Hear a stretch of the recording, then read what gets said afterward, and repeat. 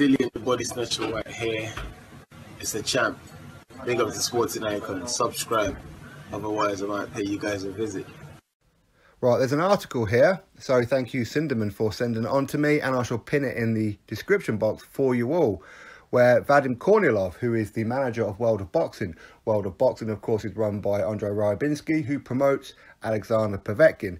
Anyway, in this article, it says that Alexander Povetkin was always interested in a Dillian Whyte fight and is interested in a Dillian Whyte fight. So this is a fight that, if this happens, then if Dillian Whyte wins, it's another great name on the resume of Dillian Whyte. But of course, number one priority for Dillian is dominate Brazil, and it has to be, right, for the mandatory position. Hopefully that happens. Hopefully Eddie Hearn and everybody involved puts as much push into getting that fight nailed down as soon as possible, because by fighting dominate Brazil, guaranteed the winner of Wilder vs Fury.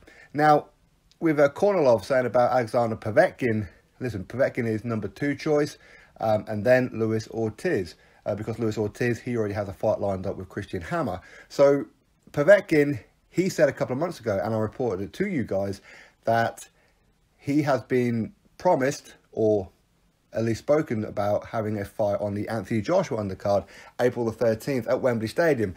Now it looks like that event isn't going to happen because Joshua could be going to America to take on big baby Jarrell Miller. Then Dillian Whyte, April 20th or potentially April 27th, headlining at the O2 Arena. So this is a good way of Eddie Hearn saying, listen, you know I said about this, but listen, we've got a headlining fight for you. Eddie Hearn would love to stay in the good books of Andrei Rybinski. Why? Because he's a damn billionaire. Probably the richest man in boxing, potentially, right? So this is a great opportunity for Eddie Hearn to get a huge fight, not only for Dillian Whyte, but also for Alexander Povetkin. It's a fight that will sell very well. We already know that the undercard may consist of, and it is just rumours, with Joseph Parker taking on Derek Chisora, Carlos Takam taking on Michael Hunter, and Dave Allen versus Lucas Brown. Now, it is only Dave Allen and Lucas Brown that's actually being officially confirmed. So it's looking like it could be a full card of heavyweight boxing, which would be fantastic. But as I said before, I would love it to be dominant Brazil, purely because of what could happen after then, with Dillian Whyte getting a world title shot for the WBC against the winner of Wilder and Fury. And ultimately, if he was to defeat the winner of that, then undisputed against Joshua, ideal situation.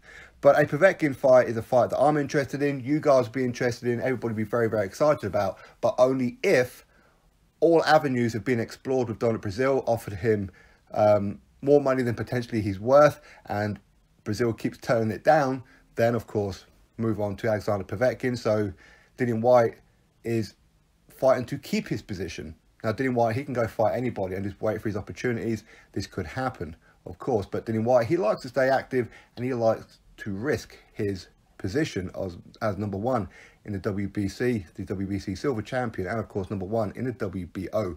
So a fight against Alexander Povetkin is a very, very interesting one. Dillian Whyte did say that Povetkin is too small, and in other words, he'll annihilate Alexander Povetkin. But Povetkin did give Joshua trouble for the first 2 or 3 rounds of their fight. So he's very, very dangerous.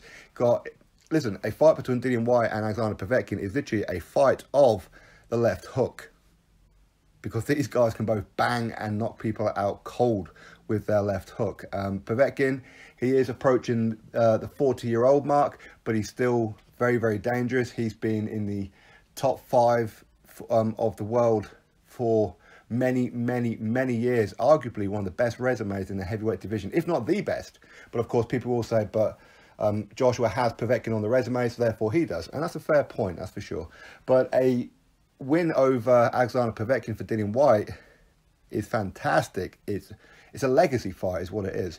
But as I said, WBC mandatory is more important. So hopefully that's the fight that happens. If not, hey, Alexander Povetkin, I'm in. I'm sure you guys are too. So anyway, drop your thoughts below, click the thumbs up, and of course subscribe. Catch you all on the next video.